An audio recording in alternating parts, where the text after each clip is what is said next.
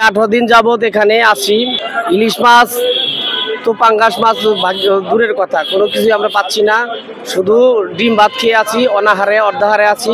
আমাদের এক দফা দাবি স্বীকৃতি এমপিও অধিকার আদায়ের যে কার্যক্রম চলছে, আমাদের এই আন্দোলনে আমরা মাননীয় প্রধান উপদেষ্টা মহোদয়ের কার্যালয়কে অত্যন্ত ধন্যবাদ ও কৃতজ্ঞতা জানাই যে গতকালকে ওনারা আমাদের যে পদযাত্রা ছিল, আমাদের 7 জন প্রতিনিধি ওনাদের কার্যালয়ে গেছিলেন। সেখান থেকে আমাদের আমাদের স্মারকলিপির প্রেক্ষিতে আমাদের এই স্বীকৃতি এমপিও এই বিষয়টি বাস্তবায়নের জন্য মাননীয় সমাজ কল্যাণ সচিবকে নির্দেশনা ও এই স্বীকৃতি এমপিও কাজ অগ্রহণের জন্য সেখানে নির্দেশ দিয়েছেন।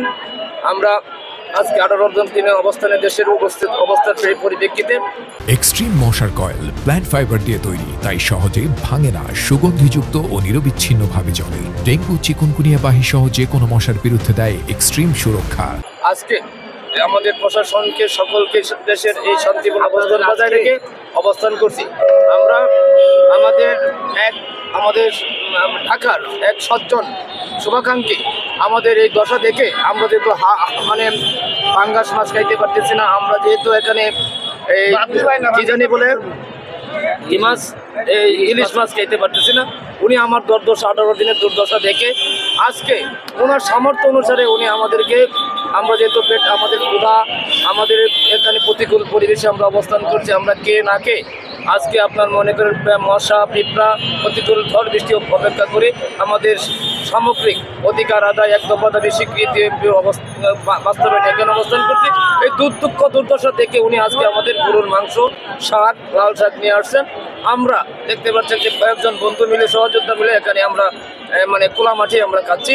আমরা আপনাদের মাধ্যমে জানান দিতে চাই, আমাদের যে এক দফা দাবি স্বীকৃতি এমপিও আছে, আমরা সেটা আমাদের পূরণ নীতিমালার আলোকে সেটা পূরণ হয়ে গেলে আমাদের আর কোনো থাকবে না। আমরা সরকারকে এবং সংশ্লিষ্ট সকলকে ধন্যবাদ জানিয়ে আমরা সবাই আজকে 18 দিন যাবত এখানে আসি। ইলিশ মাছ তো পাঙ্গাস মাছ দূরের কথা, কোনো কিছু আমরা পাচ্ছি না। শুধু ডিম ভাত খেয়ে আছি, অনাহারে অর্ধাহারে আছি। আমার এক শুভাকাঙ্ক্ষী আজকে আমাদেরকে দুপুরে আমার জন্য ভাত নিয়ে আসছিলেন। আমি সেই ভাগগুলো আমরা এই 5 জনে ভাগ করে খাচ্ছি। গরুর গোস্ত আমার এক শুভাকাঙ্ক্ষী আমাদেরকে গরুর গোস্ত এবং ভাত নিয়ে আসছে, আমার জন্য ভাত নিয়ে আসছে। সেই ভাত আমরা 4 জনে ভাগ করে খাচ্ছি এবং আমাদের এই কষ্ট দেখে গতকালকে সে খুব কষ্ট পেয়েছে যে যাতে আগামীকালকে আপনাদেরকে আমি ডাল ভাত খাবো, সেই জন্য উনি আমাদের জন্য গরু গোস্ত দিয়ে ভাত নিয়ে আসছে, আমার জন্য নিয়ে আসছে। সেই ভাত আমরা 4 জনে ভাগ করে খেলাম। আপনার মাধ্যমে জানাবো, আমরা কৃতজ্ঞতা ধন্যবাদ জানাই যে আমাদের কষ্টটা উনি উপলব্ধি করে আজকে গরুর মাংস নিয়ে এখানে আসুন। আমরা কয়েকজন আমাদের যা এখানে আছেন সবাই মিলিয়ে আমরা খাচ্ছি আর কি।